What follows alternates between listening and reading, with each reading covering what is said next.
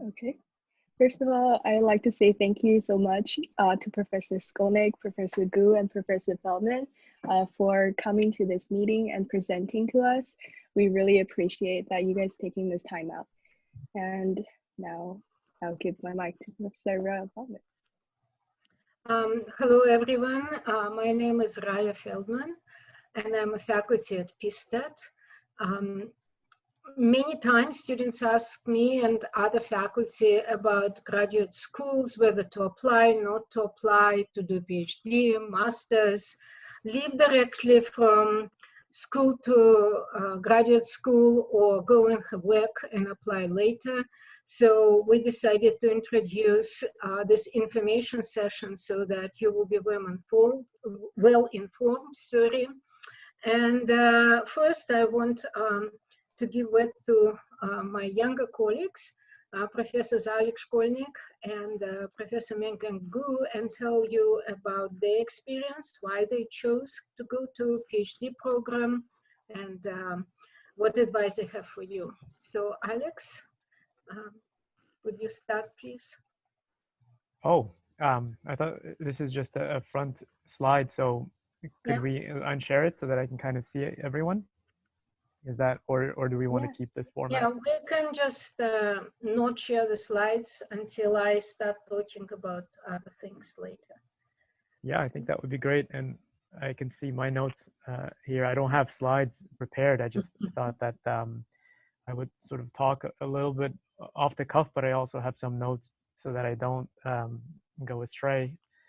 But, you know, for one, feel free to interrupt me. So, you know, just to kind of give you a little bit of a background, I myself am a third-year professor, assistant professor here at the statistics department.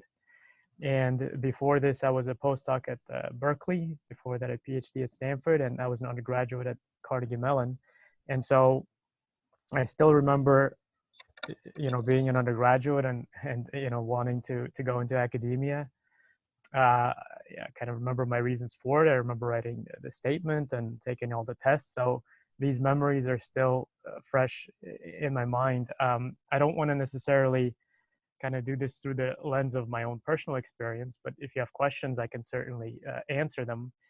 The comments that I've kind of written down here that I'd like to go over are split into three parts. One is concerning reasons to go for graduate school, and this is sort of meant to be some maybe practical advice, which is maybe why you're all here to begin with. Then there are some comments on how to think about your application, and obviously this is you know, a reflection of maybe how I thought about mine, and also you know, just through the experience of writing letters for students here at UCSB and interacting with students overall in my career. And then finally, I have a section on tips for graduate school. And this may be, maybe that's kind of looking ahead, but I'll go through a few items there. And, you know, definitely feel free to interrupt me. And I don't mind also answering some personal questions. But in terms of practical kind of tips, you know, I was thinking to myself before, you know, when kind of planning to make these comments as for reasons to go to graduate school. And, you know, to me, kind of master's and PhD are perhaps a little bit different. So if I'm thinking about a master's degree, I kind of was trying to list the reasons as to, you know, what's the advantage of that. And I thought of sort of three things. One is you want to perhaps go into management or into a corporate career, maybe in some kind of a big industry. A second item I thought of was picking up some skills that are in demand, you know, mathematics, statistics, computer science, and so on.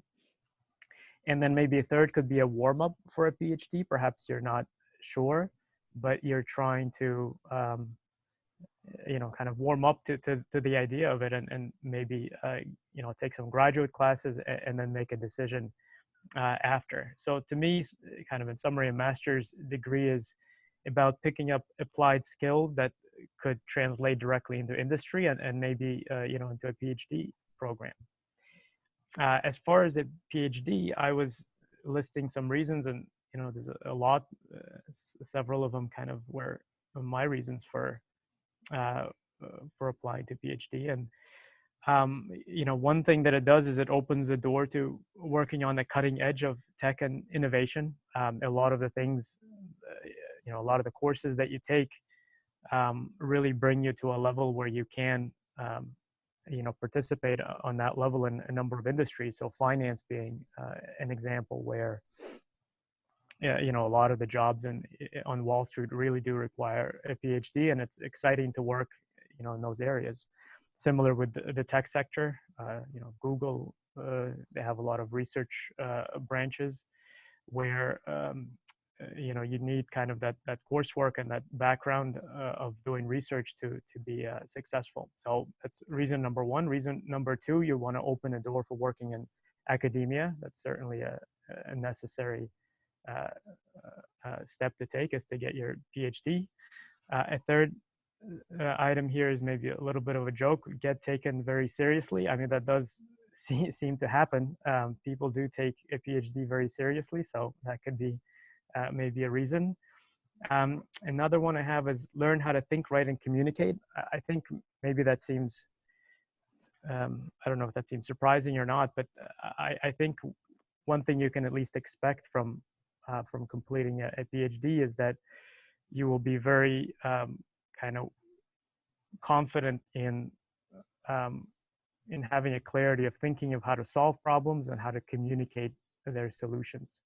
And that's not to say that a master's degree doesn't get you there, and it's not to say that you can't develop those skills in industry, but that is really a big focus of a PhD program and the PhD experience.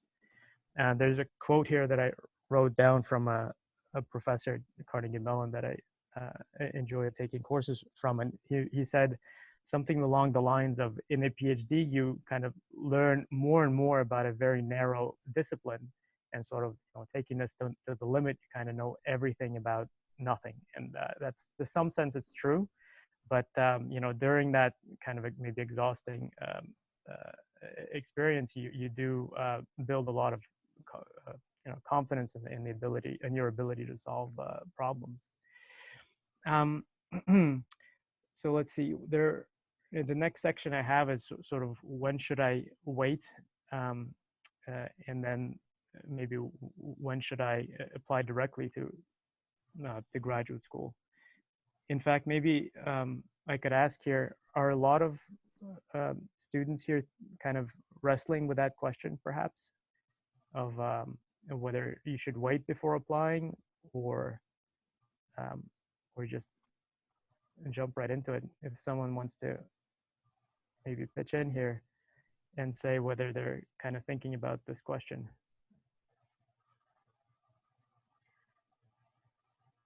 If not, that's okay. Let me just, so let me still kind of have a few remarks on this point. So of course, you know, reasons for waiting could be financial or personal and so on. And so that's maybe separate from other considerations. So I would say, you know, there is kind of some planning that goes into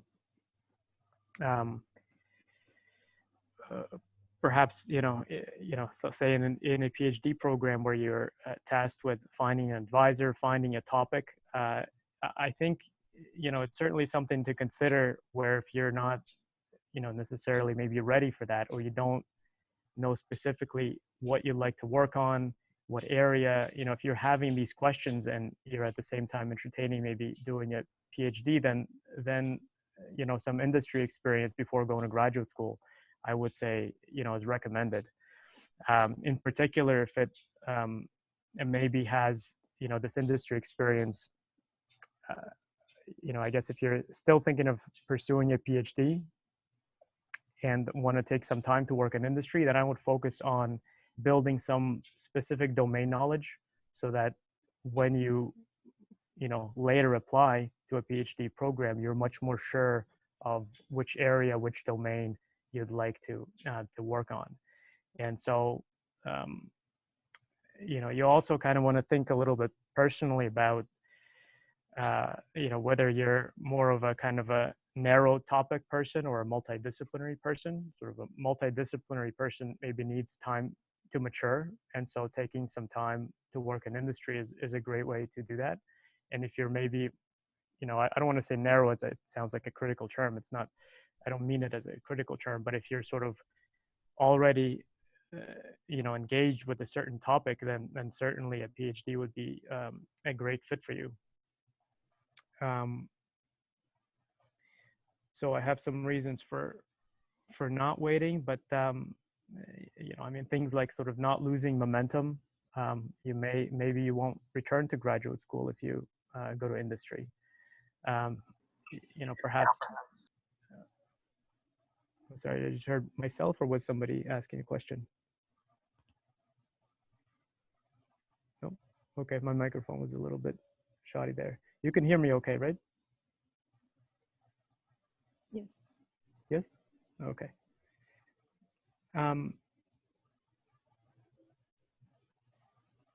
So hold on, where was I? So yeah, I would say, you know, not reasons not to wait would be to not lose momentum. You can sort of lose some of the skills that you've built up, and you know, as an undergraduate, that certainly can happen. You may sort of just get, you know, too involved in sort of the maybe a 9-to-5 job and or just your career and so on, and then you don't come back and you know, take advantage of what graduate school has to offer. So I'm now at the section where I'm kind of listing a few thoughts about how to think about your application. So maybe here, let me pause and see if there are questions, or maybe we can have a little bit of a discussion on sort of reasons to go to graduate school. I've definitely ran through a couple. Were there any things that that maybe were not addressed? Are there any follow-up questions? Or maybe somebody can kind of pitch in here and tell me your reasons for going to graduate school or applying to graduate school. Alex, maybe you just, you know, finish, go all the way through. Finish what you say, and then we hear Mengyang, and I also have quite a bit of material on very practical issues of application, and then we can have questions for all three of us. That sounds good. Because we have only 1 hour. Oh, okay. How much time is it? Okay, 15 minutes. So, okay, let me take a little bit more time to finish up the application portion. Yep. So I wrote down a couple of things here related to the PhD versus the master's program. So I guess those are the two ones you need to select from, and sort of what you would, maybe what you'd like to show to have a successful application. I would say that, you know, for a PhD student, you'd want to maybe show 3 things that I've written here. So one is that you can handle graduate coursework. I think taking a grad course is certainly a big, you know, would be a big part of your application to show that you can, you know, that you're well sort of prepared. Maybe that you can teach if there's an opportunity to TA or tutor. That would be an important part of an application. And for the PhD, primarily that you can do research, and just even being able to, you know, have a sample of writing, or just in a statement being able to, if you don't have a publication per se, being able to in a statement explain sort of what your motivations are, what your curiosity about research is, academia, what topics are interesting to you. I think that would be a big component of a PhD application. And of course, if you're already working in research, something like a publication would be a very big plus. For a master's program, so, you know, you could potentially try to show why you would be a great alumni, why you're maybe a leader in waiting, what you plan to do with your skills, things like this. I think most importantly for a master's application, well, for both really, is just to be honest about, you know, what you're curious about. I think that just makes the process a lot easier. I've kind of talked with a number of students in my 3 years here and written letters, and I think, seeing them kind of write their statements, you know, you kind of, as soon as they stop thinking about what's really needed of me and just are genuine about their interest in graduate school, that's when, you know, it comes the easiest. And then finally, I have a list here about, you know, just some warnings about kind of what schools to select for and some aspects that you may not be aware of. So so I split them up again into PhD and master's. And for PhD, so you may not be aware that some departments require no coursework. So that's often a CS department. So that's something to look into. It's, you know, these department programs are very specific, and you know, the qualification exams is something you want to look into, the coursework and what you need to complete, what kind of faculty research is there. Contacting faculty, I think, is a good idea. If you already have a topic in mind or know generally sort of what area you'd like to work on, you know, trying to make sure that there's a good match is an important thing to do. There's also, I think, a big part of working on a PhD is really finding a good mentor. So when you're kind of selecting a PhD program, keep that in mind. I think that's maybe the most important part of working through your PhD. I mean, you learn a lot from your PhD advisor, and so you want to be careful with that choice. Master's example. So I think one thing to in terms of investigative work, you could look at where students, you know, kind of what industry students from that department go on to. Look up syllabi for classes, see what kind of you know, level the coursework is offered at, so that you're prepared. I think that's an important consideration.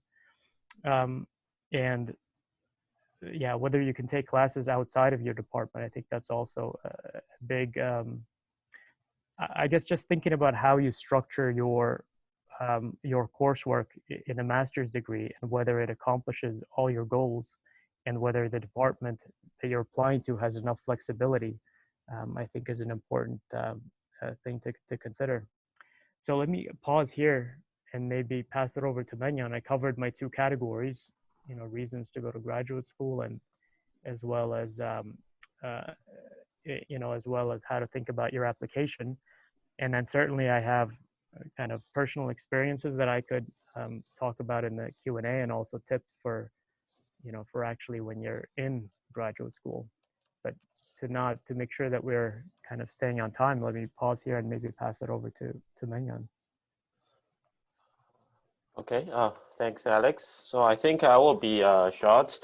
So I think I sort of try to provide help and encourage students to pursue graduate school. If you want to go to graduate school, I think that's a good direction, a good goal. In terms of master and PhD, I think Alex already gave some introduction. Just for those you don't know how it works, PhD is longer, 4 to 5 years, and master is shorter, usually 1 to 2 years. PhD typically provide all the funding, so you don't need to pay any tuitionship typically, and you don't need to, you have a monthly stipend. So in terms of this cost-wise, a PhD is better, but PhD is also longer. And in terms of difficulty level, I think I'm sort of confident to say PhD is harder to apply because very few number of students can be admitted. But I would say, so it really depends on you. PhD is more about research, and master is more about professional development. And then another thing I want to mention is how to make your application stand out. You know, for each of this university, good university, we'll review hundreds of applications. So how to make your application stand out is very, very important. So one thing we'll look at, I think for me, I will look at is GPA. This is one thing for both master and PhD. Okay, so this is one thing. So that for those you are in junior, sophomore year, you definitely want to keep a high GPA, okay? And then for PhD, research experience is typically required. And that's actually, I would say, one of the most important thing, as important as GPA. So for PhD application, you will want to have certain research experience with faculties, okay, with faculty. And for master, I think if you have research experience, that's also a plus. So if you are second year or third year, research experience with faculty is really important. And master, I think professional experience is also important. So that's also a plus. And so that means you want to talk with your advisor, instructor, if you already plan to apply for graduate school, start as early as possible, okay? Either working on research or talk about your performance in class, asking for letter. So the fourth thing I would say is a good letter, a strong letter is very, very helpful for you to stand out, especially from either well-known faculty or research very active faculty, or I would say a strong letter is just in general very, very helpful, especially that if that letter could be in detail what you have done in research or how you perform really well in certain class. So that would be also helpful. And then I would say at the end, the fifth could be some of the tests, like English tests that just you pass a level, that's fine. I will treat them equally, right? You pass certain criteria. And then I think that's pretty much the thing. So, and also the PS, I will also read the PS, but you know, the time, because there are lots of applications, so there won't be lots of time reading each PS. But you definitely do not, you would want to spend some time, talk about your own experience, what's your motivation, those things. So these are the few things to make your thing stand out. That just basically this, I would say probably 5 to 6 items. So I guess that's what I want to say. So I also write a letter, like quite a few letters last year, and also I'm writing letter this year. So I think to ask for letter, you want to start as early as possible. And you may want to, think about the research. So in terms of graduate school, I think you want to think a little bit whether you want to do research or you want to get a job after a master program. And then you want to talk with faculty. Okay, so that would be the most helpful way for you to get an offer from a good university, a graduate school. Yeah, that's it. Mm-hmm. So Mingyan, maybe you can tell what was your motivation to apply to graduate schools? Okay, so I applied directly. So I applied PhD program. So I have my college in China, in Zhejiang University, and then I did some research. Okay, I wrote paper, published paper at that time, but not anything very top journal. It's optimization field, actually, one paper at that time. So I think that research is interesting, and I also participate in some of the mathematical contests, etc. And then research is interesting in general because I feel less constrained, not like a test. And then indeed at that time I was really choosing from going to a bank, investment bank, or applying for graduate school. Some coincidentally, one for internship in Morgan Stanley, they reject me for one internship program for that summer for the third year, and then I go to a research lab. So then that time I sort of really dig into research, work on some material, and then talk with the faculty. Actually work on research related to faculty from Duke. So then I get a few offers, right, Northwestern and Duke. So then research experience is really helpful. And then I feel that's interesting to me in exploring research. So I think that's my motivation. And then I think either way, you want to go to, you want to work on research, or you want to lead a project in a company, that either way is good. It just, you really need to think which, what kind of thing that interests you. So that's my motivation. So at that time, I think I applied. So another thing I want to say is you might want to diversify. You sort of apply some top university, unless you're super confident. You want to apply some top university, you know, the best university, like those good, you look at the rank, or I mean, and then you probably also want to apply a field that's not, I mean, in the mid to top tier, not the best tier, because it's something, I mean, there are lots of applications you can see. So applying, diversify a little bit, that will be also be helpful. That's my answer. Thank you. So I would like to continue and to talk about very kind of bolts and nuts of the application process. So if I can get the slides, please.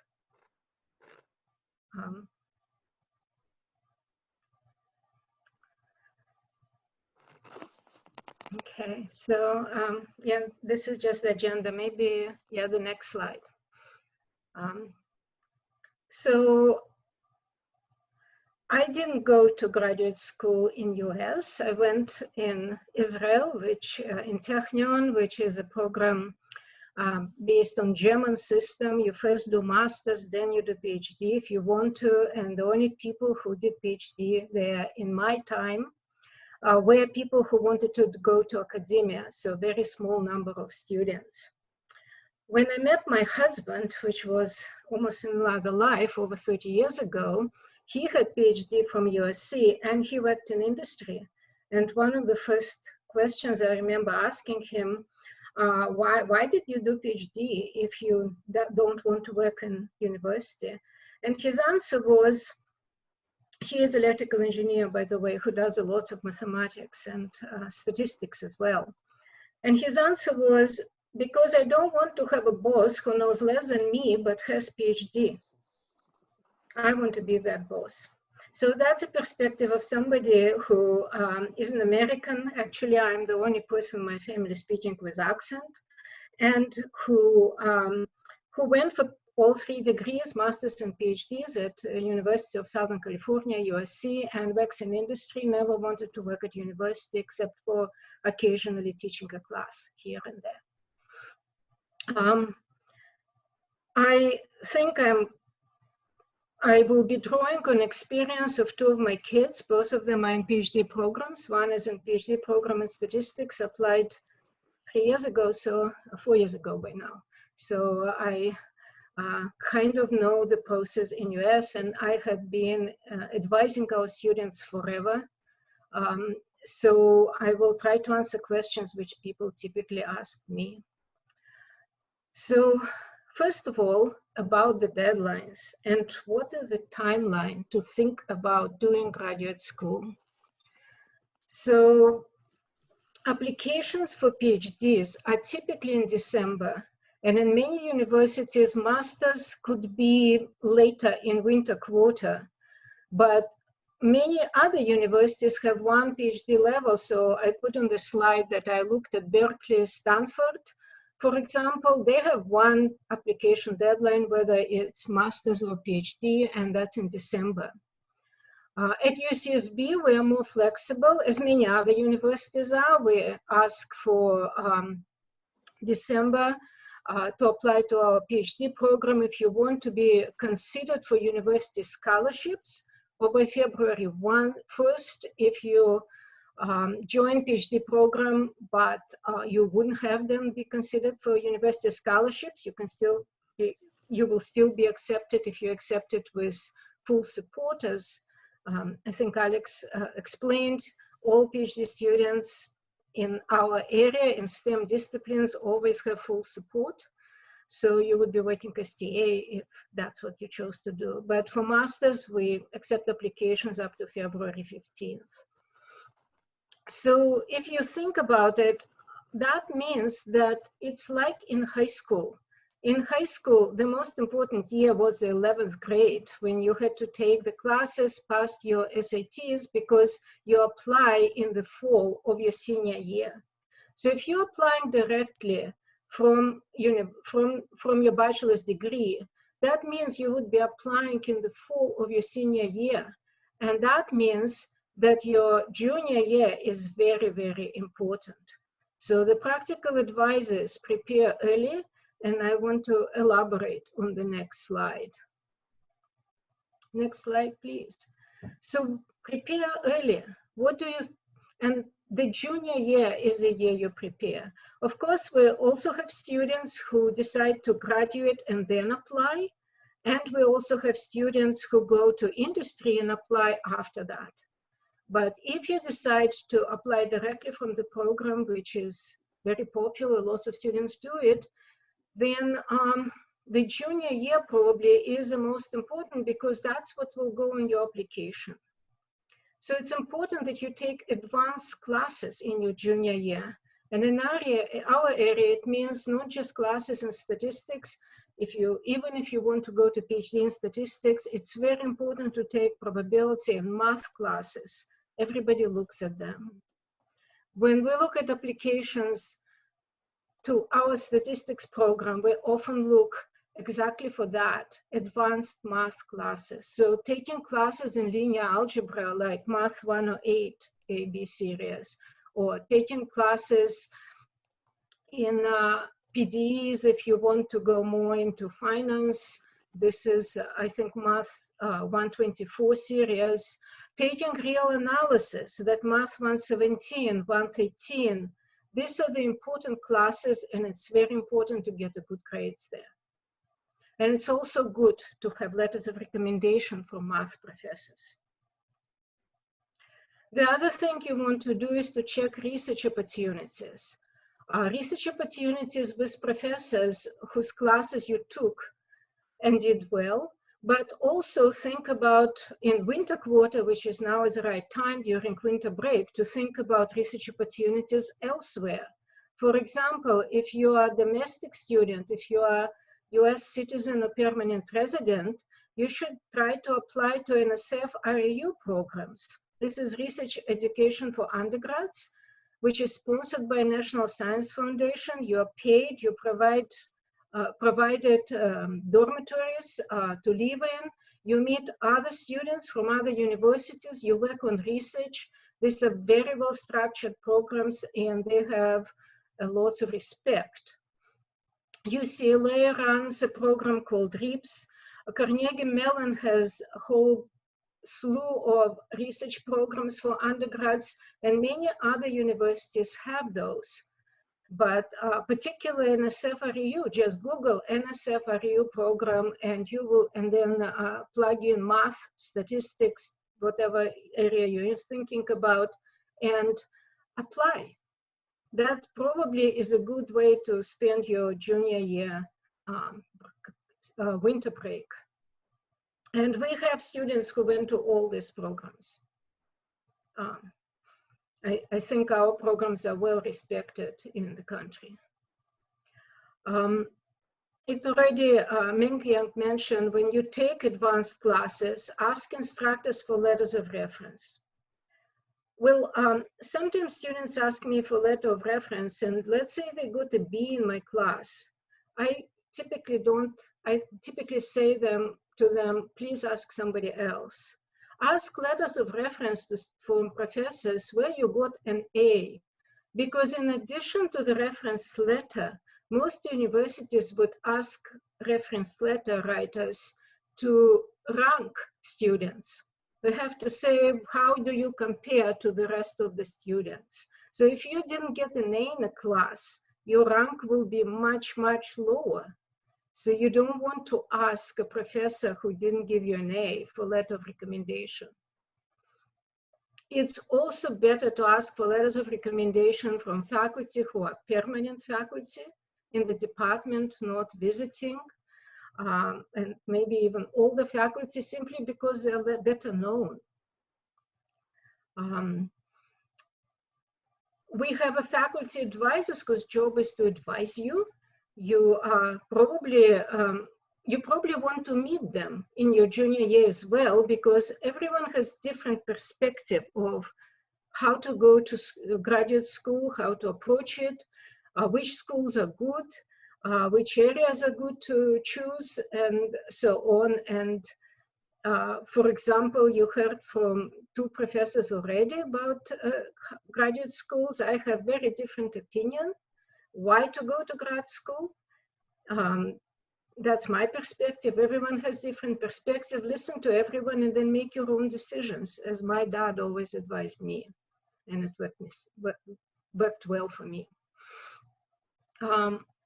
So my take on going to grad schools is that you will be graduating in 21 or 22 years old. Your generation will be working probably until 80 years old. That's like 60 years at workforce. You're going to compete with the whole world. And in other countries like Europe, I think also China, India, and many other countries, definitely Eastern Europe, Israel, the system of education is very different. Students study much more in the high schools, and the undergraduate degree doesn't have much GEs. When I went to study math in math department, I basically studied math. And that's what Europeans do. When they come here, they're much, much better prepared than lots of American students. So if you're not thinking about academia and you're thinking of joining the workforce and you want to compete internationally with other people, you need to do at least masters just to get the same level of classes that they have in those countries. That's my perspective on things. There are whole industries, I think Alex mentioned those, which require PhD. For example, pharmaceutical industry. Places like Google, Microsoft, Amazon, they hire lots of PhDs. Why? What does PhD give you in addition to masters? Well, the first 2 years you do lots of classes, but in masters you graduate, that's all you did. In PhD program, you have an advisor who gives you a question, a research problem, which means advisor doesn't have an answer. What advisor teaches you is how to approach a problem that no one knows how to solve, how to do literature search, how to try different methods. And that's what many industries require. They want to hire a person who already knows how to approach a project, who can run the project, instead of hiring a person to whom somebody else has to give all the instructions. So I think that spending additional 2 to 6 years at school while you're in your 20s is a good idea. And in terms of financial opportunities, yes, you will spend more time in school while your friends may be earning very large salaries, but when you graduate, if you go to industry, you will start with very large salaries. And remember, you will be working for the next 50 years. And usually people's salary only grow. So that's my take on why go to PhD programs or master's programs. And yeah, but I a little bit scared of that. So we talked about junior year. Let's talk about summer. In summer, it's a good idea to check graduate programs and choose which schools to apply. Our students go often to statistics departments. They go to do PhD in data science. That, of course, is relatively new. Other programs are operation research, financial math, and often these programs are not in the statistics department. And they might not be in math department. And in different universities, even probability classes, which we teach here in PIST, that could be in math department, they could be in stat department, they could be in very different departments. So it's important to go to universities' websites and try to find where a group of faculty who do research and work in the area you're interested in are located physically. For example, if you want to go to Cornell or Princeton, then you would have, and you do financial math, then you would have to go to a department called ORFE, Operation, Research, and Financial Engineering, or something like that. If you want to go to Berkeley, there's a stat department, but then there's also, what is it called, Alex? Something called Operation, Research, Information, something like that, where there's, again, is financial math. It's not in stat department. In Stanford, you have people in math department, you have people in stat department, and you have people in business school, I think. So going through websites of universities is a good idea, and finding the school to that you think is a good fit for you. Yeah. So another is biostat. So there are lots of universities have biostat. So they also appreciate students have a solid mathematics background. A typical program like Harvard, Johns Hopkins, and Berkeley also have a biostat program. So you want to check if you are interested in, for example, a pharmaceutical company or biology, etc. And biostat, thank you, Megan, can be in the School of Public Health and not in College of Letters and Science, like, for example, in Johns Hopkins or UCLA. And thank you, I completely forgot about biostat. This is some of the things you can ask your faculty advisors while you meet with them in your junior year. What are the good schools if you consider a particular area? I highly recommend, just practical advice, make a spreadsheet of deadlines and requirements in summer so that you wouldn't miss your deadlines. And you also have to tell faculty who write letters for you what are the deadlines. Take GREs in summer, don't postpone it to fall because you will be busy with the classes.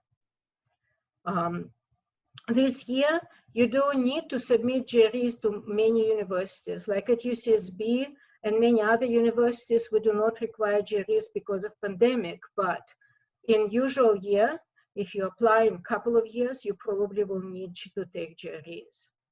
Typically, statistics programs do not require math GREs unless you go to a place like Stanford. But if you apply to math department, let's say UC San Diego doesn't have statistics department. Statisticians are part of mathematics department. You need to pass math GRE. Most math departments require math GRE, and it's very difficult for our students to do unless you do double major with mathematics, because you guys don't take enough math classes. And start working on your resume and statement of purpose. So next slide, please. So GPA and grades, they're important, but there are also students who come to UCSB and maybe their high school wasn't as strong and they didn't have such great preparation, and their GPA is not very high because in the first year or two, they didn't get A's. It took them time to, catch up. So if you are that kind of a student, then it's important to explain that in your purpose of statement or other essays that you write. So I do look at GPA. Everybody looks at GPA. If it's too low, one kind of wonders why. But honestly, many faculty members would look at your application and they would look at the grades in advanced classes, not the grades in your first year math. And they would look at the GPA, which is your major GPA, or basically your advanced classes, what classes you took and what grades you got. And they would want to have letters of recommendations from this kind of classes. If you do research, that's very commendable, but you kind of have to have a letter of recommendation, in my opinion, from a professor who was your supervisor, because otherwise we don't know what you did in your research. Maybe you just read a chapter of some book and did nothing. So it's important to have a letter of recommendation from a faculty who supervised your research. Our career services run workshops on how to write resume, how to write statement of purpose, and in my last slide, I put URLs for that. But I just want to mention that many times the resume which you write is kind of is intended for industry internship. That's not the resume you want to submit to grad school. The grad schools don't care so much about your internship opportunities. They care about your classes, about your research, as was mentioned before. If you have research opportunities, so look for them. And they, yeah, these are the things that go first, and everything else goes second. So your resume might not be the one that, let's say, Actuarial Association advised you to write. So again, take advice from career services, take advice from your faculty advisors. If somebody writes a letter of recommendation from you, ask them to look at your resume, ask them to look at your statement of purpose.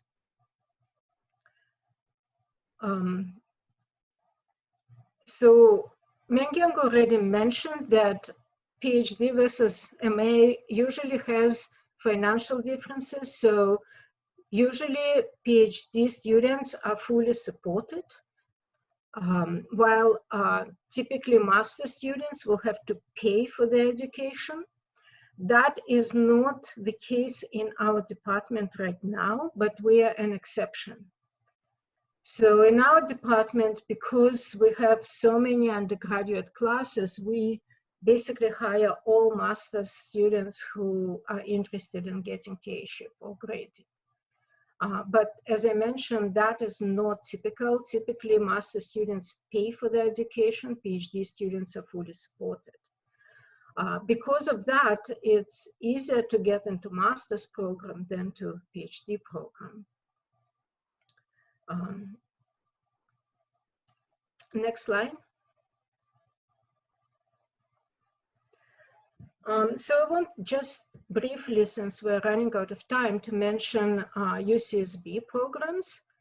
Here in PSTAT, we have a PhD program, and we have also, it's in statistics or probability or financial mathematics. We have a separate emphasis in financial mathematics and statistics. As you noticed, we have lots of faculty in financial mathematics, and we host a Center for Financial and Actuarial Research. In addition, we have emphasis qualitative methods in the social sciences, which is interdisciplinary emphasis. And I think it's this year we also joined the emphasis in bioengineering for PhD students. So you can get just a PhD in probability and statistics, or you can also do one of those optional emphases. Masters is the next slide. We offer a master's program in applied statistics. Also, there is a specialization in data science or mathematical statistics. Mathematical statistics is typically preparation for PhD. So most of the students who are interested just to go to industry, they join applied statistics or data science areas of specialization. And as I mentioned, as everywhere else, I think, in the country, master students are not considered for fellowships, and they're not guaranteed teaching assistantships. But the situation in the department right now is that practically all master students who pass English language exam, if they're not native English speakers and would like to work, they are employed. So I'd like to open floor for questions for all three of us.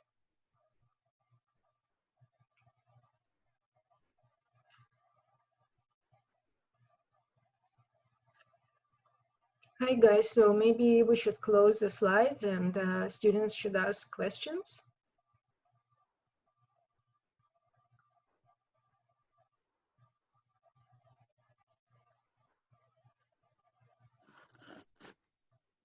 There's one question. Brian. Brian? Yeah, I think it's in the chat window. The typical structural PhD program for econ is 2 to 3 years of study, 2 to 3 years of research. The statistics follow a similar path. Yes, but recently I think people take up to 6 years in the program. The first, because it also takes the last year you're applying for jobs, so, and you want to publish papers from your PhD, so 5 to 6 years. It depends if you come directly from undergraduate degree or you already have a master's. Yeah, that's true. And I would say that also depends on the university. Like, I mean, for example, Princeton and Duke, people usually graduate 4 to 5 years. I think on average 4.5. So that's a different story. But yeah, if you have a master, I think that will be shorter. And, I think that experience of 2 of my kids is that often in the top universities like Stanford or Caltech, faculty are very much hands-off, and PhD students have to find their own topics and write their own papers, and therefore it takes actually longer rather than shorter. And in many other universities, I think, which are not as famous as Stanford or Caltech, faculty actually give a topic which they know students can do in a reasonable time and work with the student.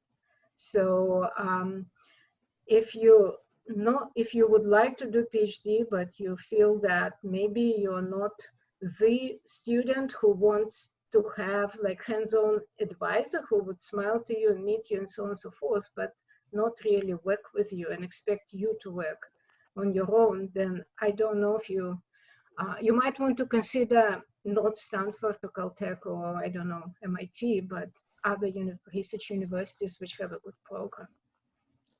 I think, yeah, in additional to that, there are lots of stats program, almost all the I mean, depending on which department they are, but almost all the university have a stats program. So you really want to diversify, because I know based on my experience, getting to, you know, like Stanford, Berkeley, this is really, really hard. It's the PhD program. So you really want to think about that. Or, I mean, if you have certain research experience or some connection, meet with certain faculty in some conference, that would be also helpful. Yeah. So maybe people should put their hand up, use the raise hand option so we can see that people want to ask questions. Okay, can tap in the chat. So there's some sort of, I don't see anybody. There's a chat window. There's a question in the chat window. Yeah. So yes, Karen, if you are PhD, PSTAT major and you are interested in social sciences or humanities fields, our university, as I mentioned before, our PhD program and programs in many other universities will have an emphasis on social sciences and humanities field. We have this QMSS, which is an interdisciplinary program for applications of statistics and social sciences. That's why you should spend time looking at what are faculty interests in each department. In many departments, there are very special interests. And it's important to know what these interests are. For example, let's say you want to do you know, Bayesian statistics and you apply to a department where there are no Bayesian statisticians. That wouldn't be really good, is it? So in our department, for example, there's something very unusual. We have a huge group in financial mathematics. I think it may be one of the best places to do financial mathematics, because not only we have many faculty, many choices for doing financial mathematics or statistics, but the faculty have very different orientations in the field, the subfield of financial mathematics. So let's say for financial mathematics, we might be one of the best places in the country to go to. But for statistics, let's say we're a good department, but Berkeley is better, or Stanford perhaps. So what I'm trying to say is that it's very, very important to check the schools and think what you are interested in and whether they have faculty working in this area.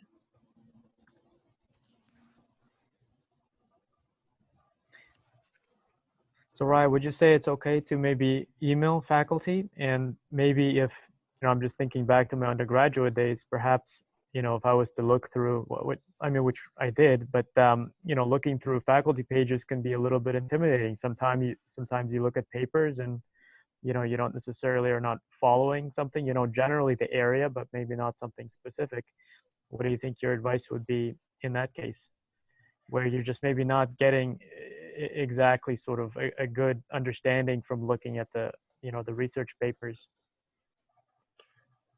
So my experience is that often faculty, and particularly in places like Stanford, just don't reply. I remember because my son was applying to Stats, and he was looking through the pages, and many faculty would just have a big note: don't write to me until you pass your qualifying exams. Yep. So, and I also remember that we had a student, Alex, he was one of our top, and he is now doing PhD in Imperial College in UK. And he tried to visit Stanford and Berkeley and just tried to schedule a time to visit, and they won't reply to him. So I don't know, maybe again, some schools you have faculty who replies, but many times faculty don't reply. Look at what happened here at UCSB last year. We had total of, I just looked, 501 applications. 212 were for PhD, and we admitted 15% of students. And then for masters, we had 276 applications, and our admission rate was 10.5%. So we admit so few students from how many applied that it's often that faculty, and I presume other universities which are more famous, like Stanford or Berkeley, have even more applications. So their faculty don't reply. So I don't know how plausible it is. Yep. My Perhaps daughter actually, when she applied, she did write to the faculty and did get response from a university where she's in Caltech, but that's because she had research experience from 3 professors, and this particular professor knew all 3 of them. So it can happen that you do get reply. Yeah. I think we have more questions.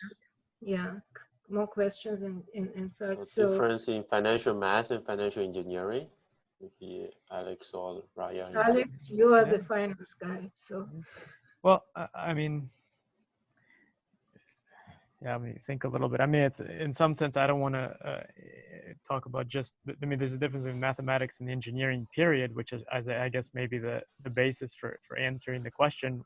You're developing, on one hand, methods that can be used for, for practical applications, perhaps in industry. So that would be financial engineering. So perhaps you're developing methods that can be used to manage the risk of portfolios.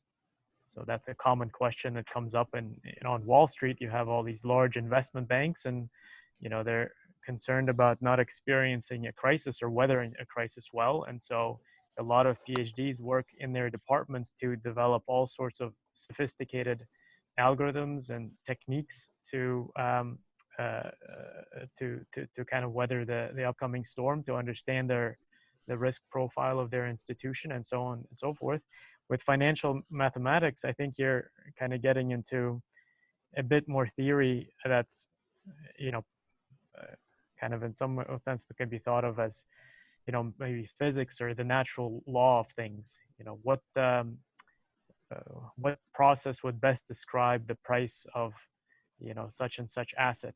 How do financial markets operate in terms of, supply and demand? You're kind of getting towards more the scientific question about the, the properties of financial markets, but not necessarily considering maybe the financial institutions within them and their more practical minded questions as you would in financial engineering. I don't know if that's a sufficient answer, but it's sort of a sort of one. If you have something specific in mind, then, let me know. Another question. Sorry, I want to add to Alex's, because I have a much more skeptical point of view on distinction. I think that when the programs started in 1980s, they were called financial math, and then somebody had an idea that financial engineering sounds better. So I don't know if there is such a big distinction, because there are plenty of faculty who could sit in either of these programs and do whatever they do. Yeah. I mean, science and engineering do go hand in hand in that sense, but at the same time, there is sort of, some kind of distinction can be made. But yeah, I mean, I agree with that as well. Yeah. Another question: can we STEM major pursue a master degree in computer science or computational science? Is it better for if we take more CS courses beyond CS8 or CS16? So who wants to answer that? Sorry, I need to read it myself. I wasn't quite following. So can we? So the question is, if a student doing statistics major here, can they actually go for masters in computer science or computational science? So from my experience, first of all, if you can take more classes beyond CS8 and 16, do that in computer science, because you do need to have a good programming background.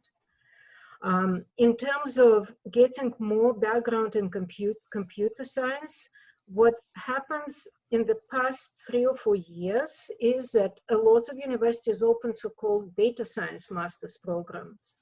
And many of our students, including those who graduated a couple of years ago and have the jobs that many current students dream about, they feel that they don't have enough computational skills, and they go apply to data science programs, because data science programs take students from different backgrounds. So they take students from computer science and teach them statistics and interpretation of results, and they take students from statistics and math and teach them computing.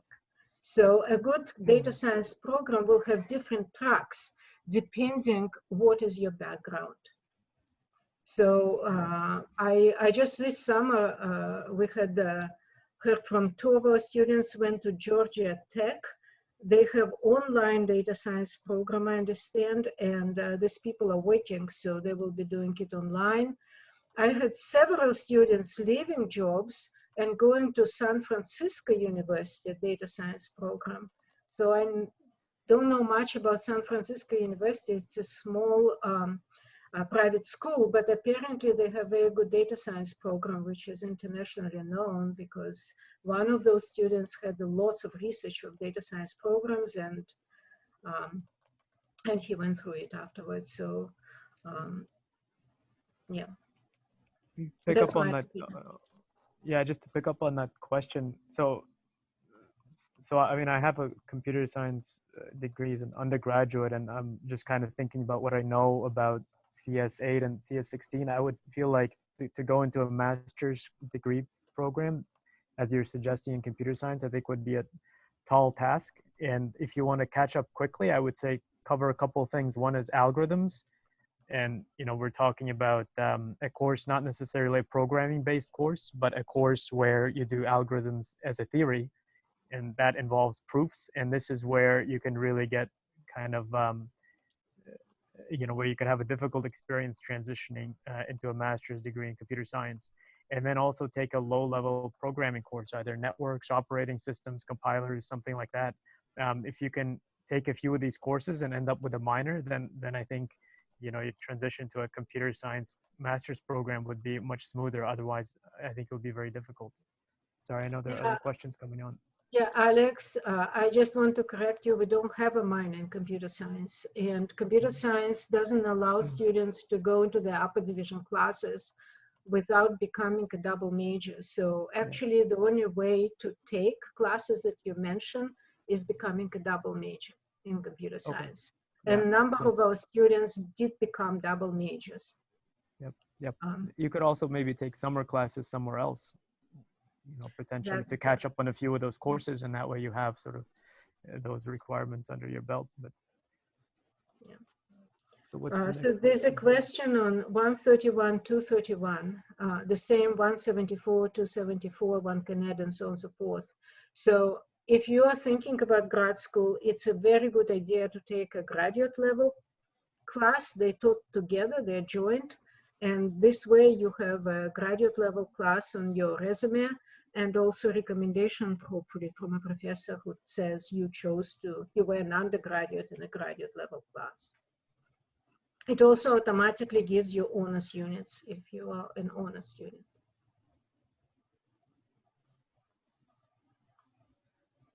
recommend double majoring? Yeah, double major with mathematics or computer science is a good idea if you think about grad schools. Yeah, very much agreed.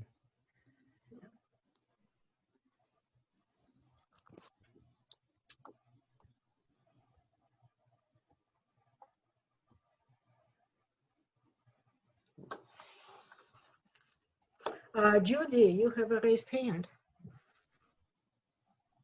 Yeah, hi, Professor.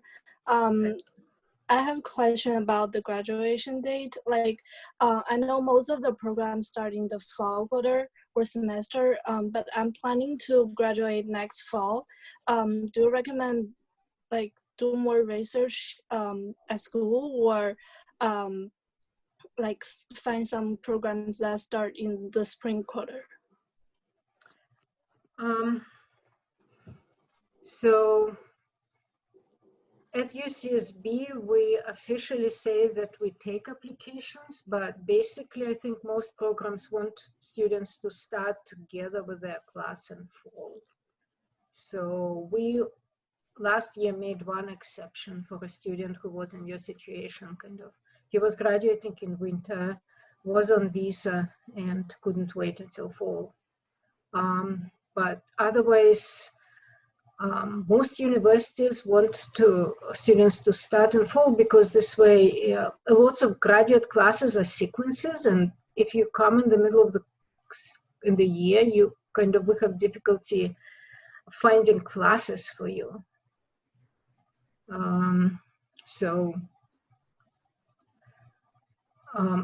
If you can, so what do people do when they graduate in the middle of the year? They go for, they just go to work for a couple of quarters sometimes. Sometimes they stay and just try to do research and take additional classes. Sometimes they graduate and go and travel, assuming it's not a pandemic year, and just take a break. Are you an international student who has visa problems, or you're a domestic student? I'm an international student. International, so you can't have a break, right? Yeah. So I don't know about which universities. You have to basically go and find universities which take students from in the middle of the year. Yeah, that's kind of, yeah, I agree. Not many universities have this kind of program. They don't take it. You either apply earlier or next. Another suggestion, I also have experience because I stay at Johns Hopkins for a few years. Those students, if they feel they can graduate, they just double major or triple major it. They take many other courses or do other things, just do more. And then we can see from your resume or transcript, you really did more than other people do. Then that's helpful to help you get into a best program. That student did like triple major, gain to choose from like UPenn, Princeton. I mean, this type of level PhD program. So yeah, just do more, and then I think that's helpful rather than like stop and apply in the middle. I'll consider that. Thank you. Yeah. Yeah, there's a question, just to make sure that we should take 131 and then taking 231. No, 131 and 231 are taught together, and typically is taken by upper division undergrads, kind of advanced undergrads, or first-year master students or first-year PhD students who didn't have this class in their bachelor's degree. So this two classes are taught together, and so you just file a petition for undergrads to take a graduate class. This petition is online, you fill it in, and if instructor agrees to that and signs it, then you can enroll into a graduate class while undergraduate. And that's a very good thing to do if you plan to apply to grad school.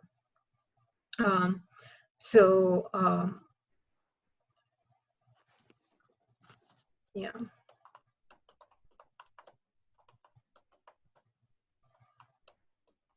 So typically, professors in classes like 131, 231, and 174, 274, which are two of this kind of classes, which are taught together in undergrad and grad level, also 176, 276, the third class. Usually professors would announce it in the start of the class, and they would tell you what is the difference, how do you get the graduate level, the graduate credit. So for example, when I teach these classes, like 174, 274, I teach this quarter, then 274 people have to do more homework, more advanced problems in the homework, and maybe do something else in the project.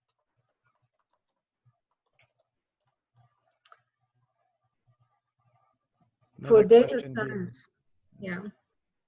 You want to answer it? Or oh no, I just wanted to say there was a question, but I'll read it. If pursuing a data science master's, is there any upper division course that is recommended for us to take, like 134 or other courses? Yeah, advanced stats courses are good, and also some math courses are good. Because the problem often is for stats majors that when they move to graduate programs, they have difficulty because their math level is not high enough. So lots of times statistics departments, when they admit students, they would still look at upper division math courses.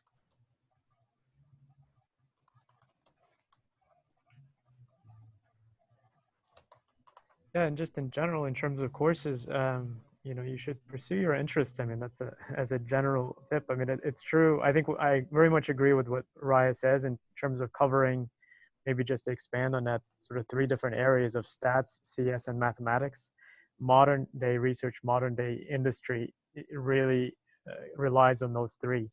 And so, you know, that leaves kind of a lot of room to cover. And within that, you know, just pursue the things that are interesting to you. That's number 1. And 2, make sure that you have a good foundation, and mathematics is certainly you know, one of the best foundations you can build for yourself. So it's definitely effort that's not wasted, regardless of where you end up in, you know, in the future.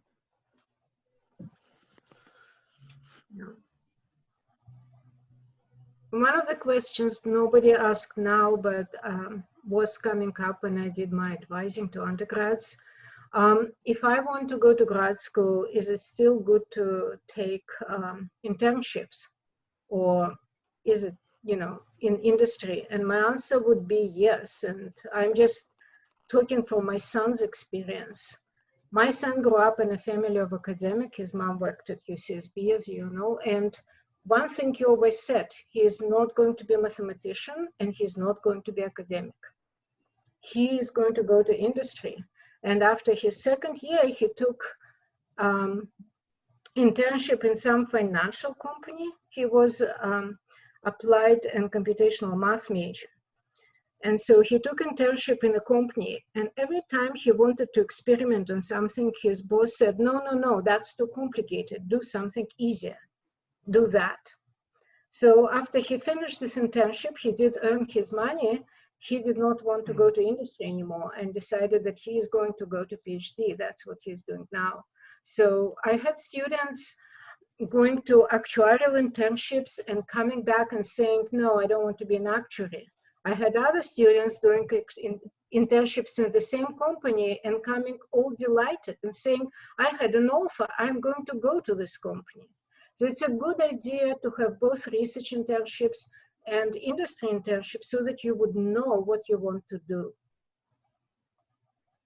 Yeah, and I totally agree. So, like some of you are here are I mean that have so last year I remember I wrote letter for student Sukenya. I think she's a president of Actuarial Science, and she has really lots of professional experience and organizing this community. And then even though I think probably her grade is not the top, I mean the best one, but she gets lots of admission from the top university. I forgot where she go, but one of the toppest master program. So if you have this professional experience, organizing things in the university, just to be more active, I mean, do more than academic, taking courses, do exam, participate in more activities, research or professional wise, that would be helpful, okay? Alex, there's a question for you about opportunities in the Center for Financial Math. Yep. Sorry, you want to answer? Yeah, I mean, there are certainly opportunities, but I think I would just, based on this, kind of encourage you to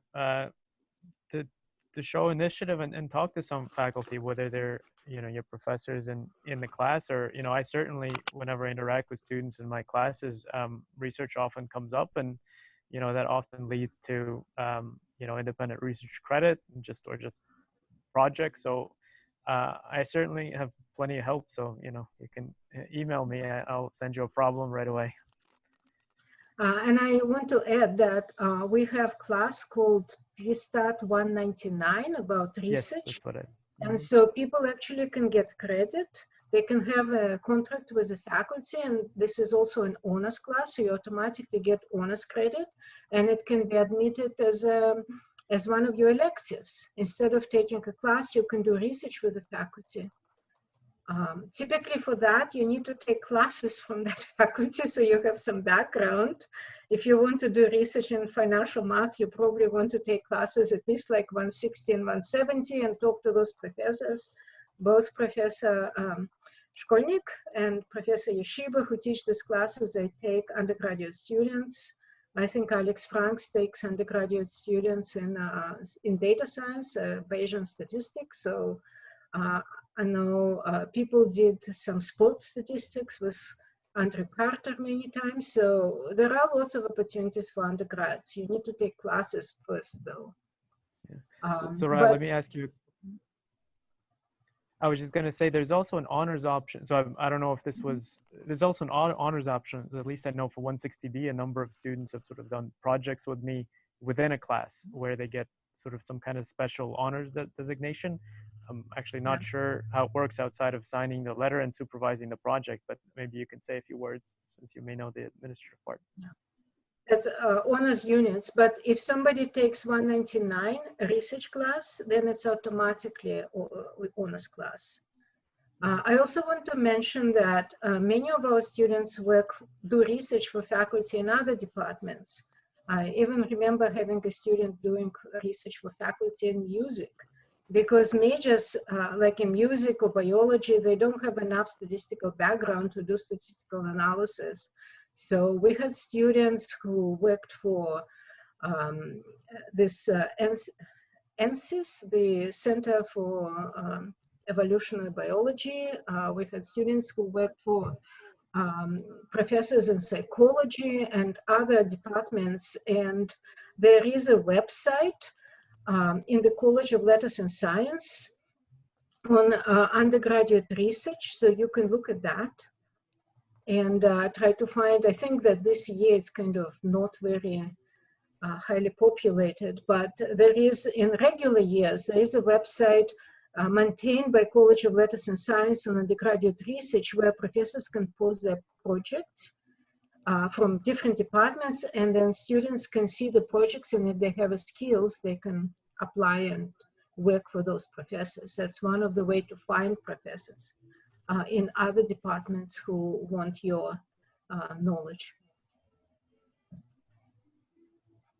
But I really highly, if you are domestic student, permanent resident, or if you are, you know, a citizen, apply for NSF REUs. They're really, really good programs. And they also allow you to go to other parts of the country for summer and explore them, maybe East Coast, maybe Midwest, meet students from other departments, from other universities. I have a question for Professor Skolnick. I'm taking 160A right now, and I'm planning to go into 160B, and also interested in doing an honors project. I'm wondering, like, what kind of projects do students typically do in that class? Yeah, so I think next, so you'd be taking 160B in the winter? Yes. Yeah, so that will be with Jean-Pierre, and so it's a great choice, even though I think he may be teaching it for the first time, but you cannot get a better person to take a class from. And so, in fact, I'll be meeting him next week to chat about the content and give him sort of my experience with teaching the class online, which is very difficult. But in terms of projects, I usually have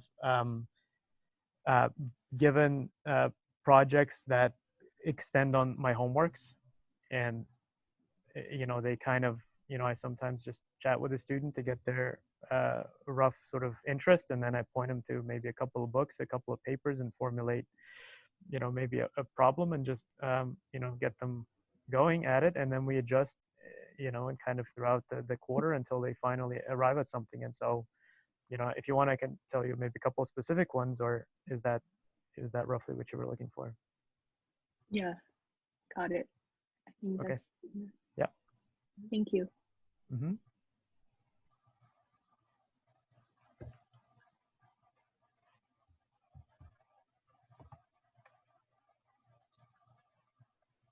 Somebody asked about sports statistics.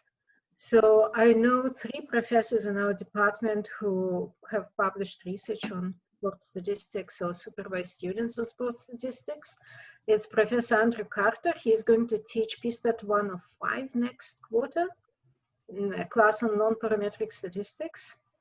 I know a number of undergrads who did projects with him, honors projects on sports.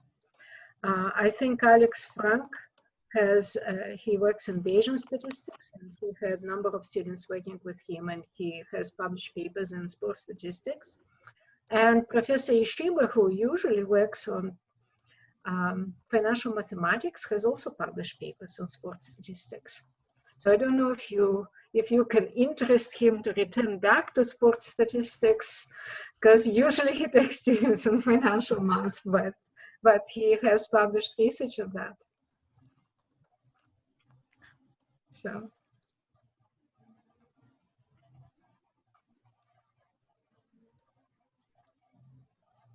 I have a question.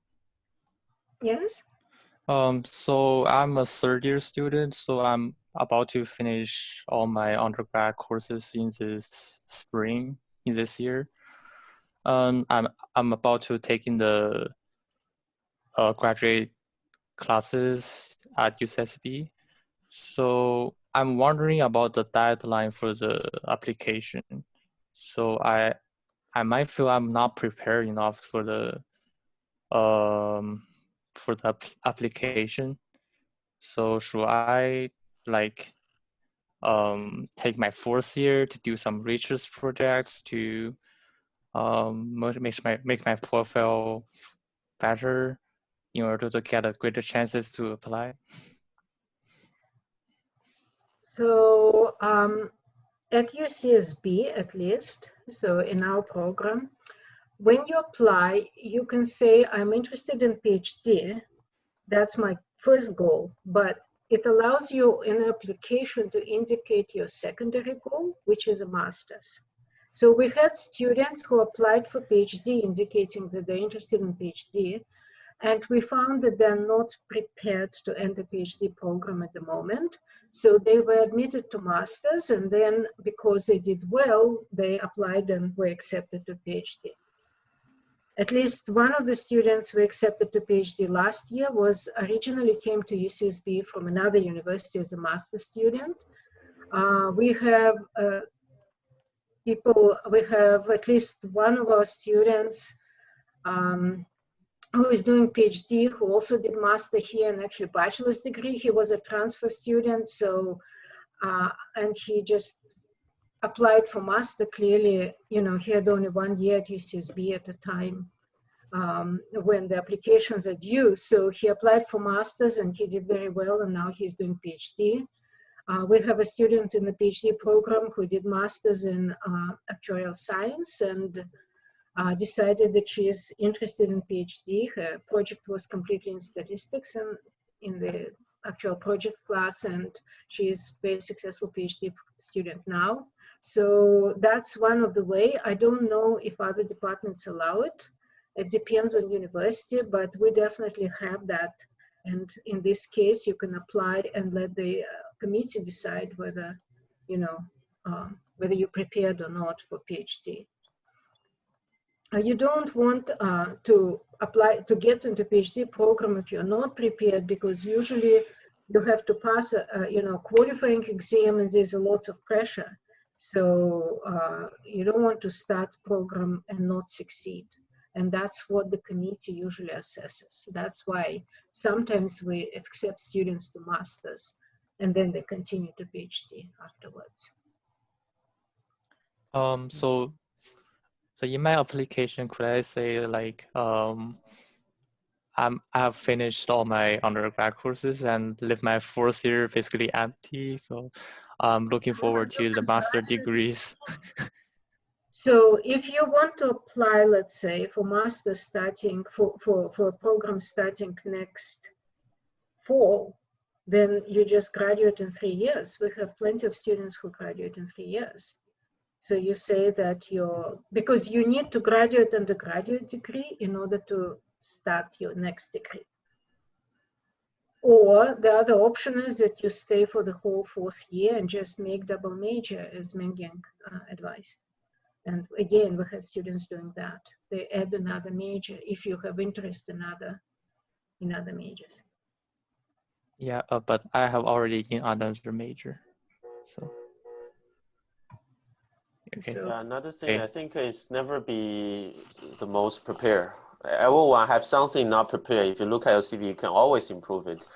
But I think first, this is kind of random, you know, the application. So you try to do more, but it's always, so that's another question I always get, is that whether you want a student to say, okay, whether I should gap a year or something.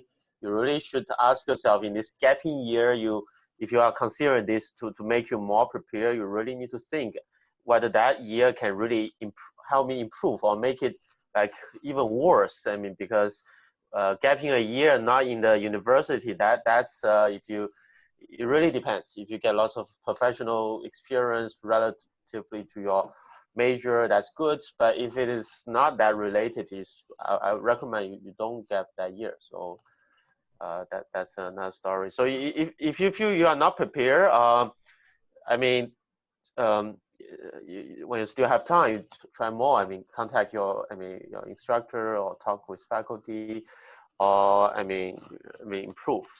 So, but feel confident when you apply. I mean, try to be confident. For every applicant, there are some shining point. You have to focus on that. So, yeah, that's my. I'd like to give you a very practical advice. If you stay another year as an undergraduate, first of all, if you have lots of units, you might not be allowed by the college if you go over 200 units, unless you really add another major. Second, you have to pay for it. It's actually often cheaper to be a graduate student at UCSB, let's say, than undergrad. So if you want to stay another year at UCSB, it's really beneficial for you to stay as a master student, because first you get master degree instead of just bachelor's. Second, you can work as a TA. You get fee reduction. You will be paying less, and you probably wouldn't pay at all, because if you can be probably employed part-time or full-time as a TA. So if your grades are good and your application is strong, I would say apply, and by end of March, which is the end of winter quarter, you would know whether you accepted for master or not, and then you would know whether you can graduate in spring or not. That's a very practical advice. Okay, thank you. Sure. I think I can answer one more question. Then I need to go. So one question a student asked, is there any statistics research field you would recommend for undergraduate students to start looking for and working on?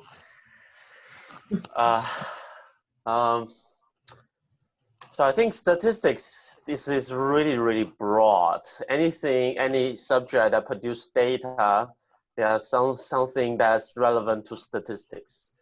So it really depends on your interest.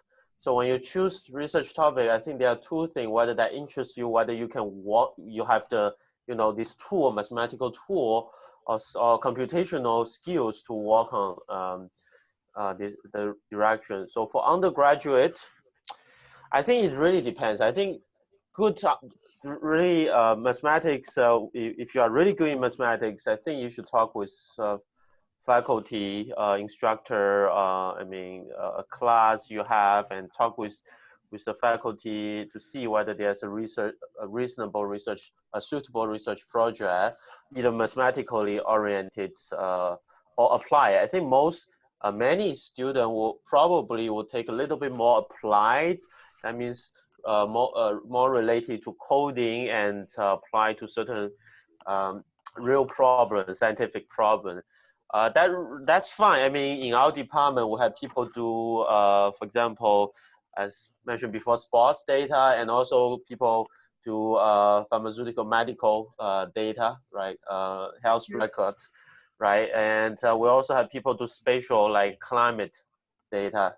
So yeah, so climate data set. Of course, we have so many excellent faculty doing financial math and actual science. So it really depends on your interest. So and then also choose that you get you really like it, and you are good at it, right? So these are my what I'm talking about. I think that also financial math in our department should be much broader than just math. I mean, people like Alex work in Monte Carlo methods and simulations and all kinds of statistical problems which come up in finance. And I know of some statisticians, John Su, for example, had PhD students who worked on financial data Bayesian methods. So finance doesn't have to be just math, it could be also statistics. Yeah. I don't know if Alex wants to add. Investment science, yeah, there's investment science, there's all sorts of things that don't necessarily even require a lot of graduate training in mathematics. Just as a tactical question, there's a new question, and then I just want to add a little bit of a tactical tip on the previous question. If you're taking a class with a faculty member, all you need to do is just ask them for a problem to work on. Any faculty will give you immediately a number of things that would be suitable for your level. So don't be don't hesitate from interacting with your instructors, and if it's a course that you're interested in, just it's as simple as give me a problem to work on. I want to get a sense of what it's like to work on as a graduate student on a problem, and they'll oblige happily, I'm sure.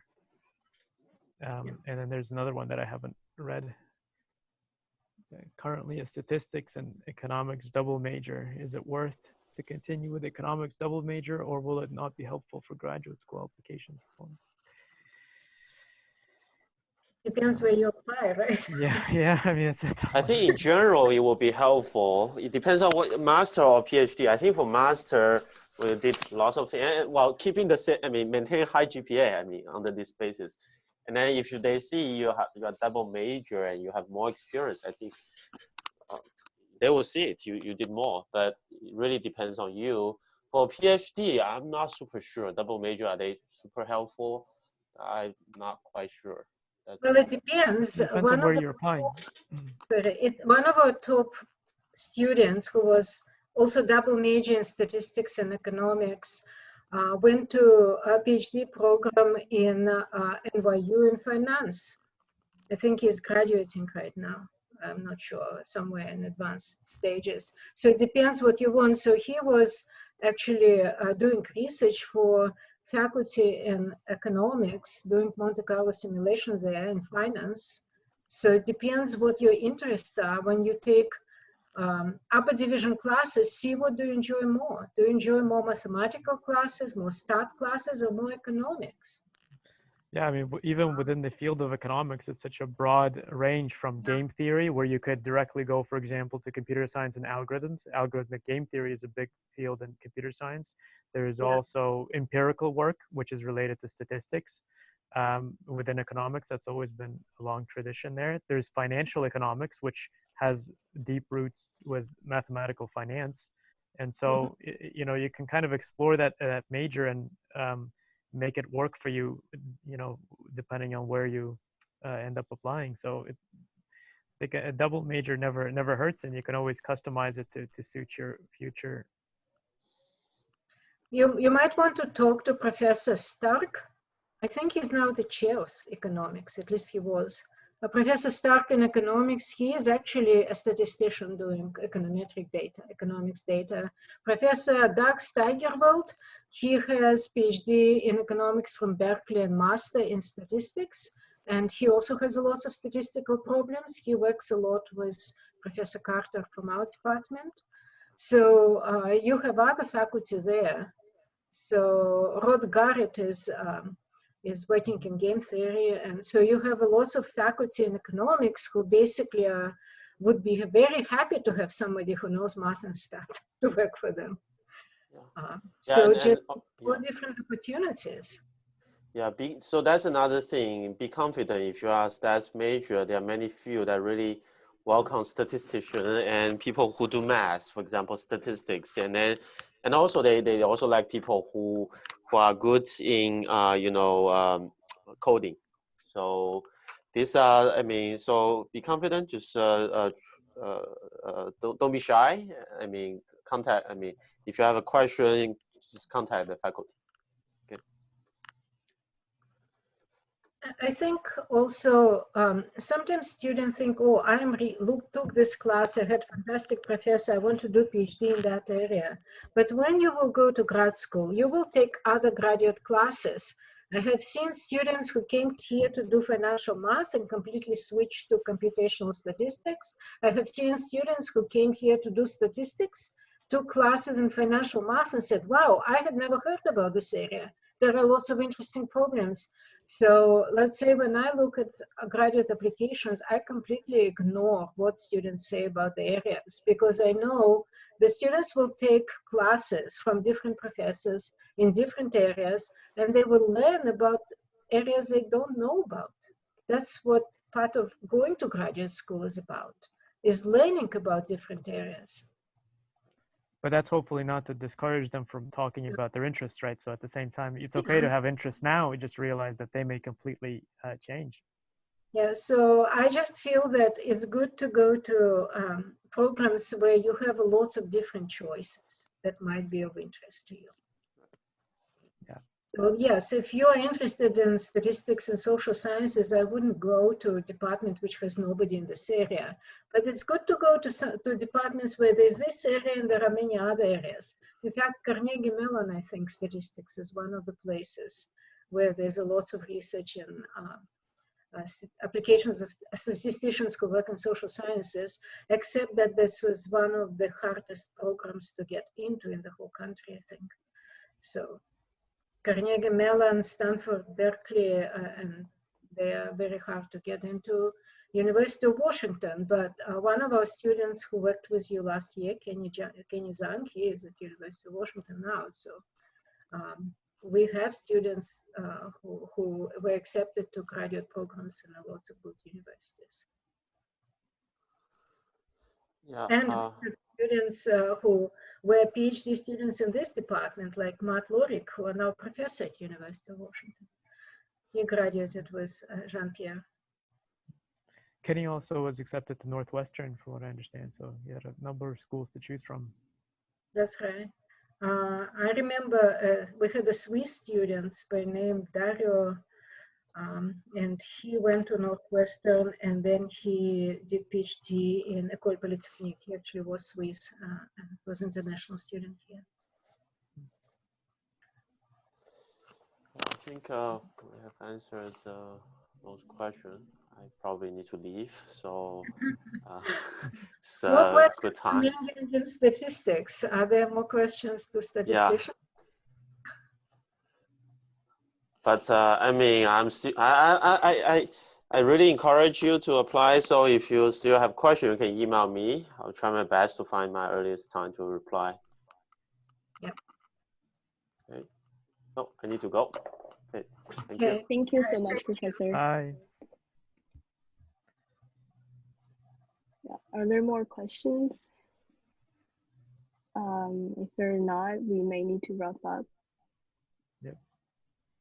So, okay, so we are all on PSTAT website. If you go to PSTAT website and click on people, you will see all the faculty, and you can always email us. And hopefully at some point you can meet us face to face. On campus. This is all over, yeah. Am I dreaming? It seems like it. Seems like a dream, yeah. Yeah. Too long. Yeah. All right, everyone. We're gonna, I guess, head out. Good luck, and reach out. Yep. Bye. Thank you so much. Thank you. Thank you.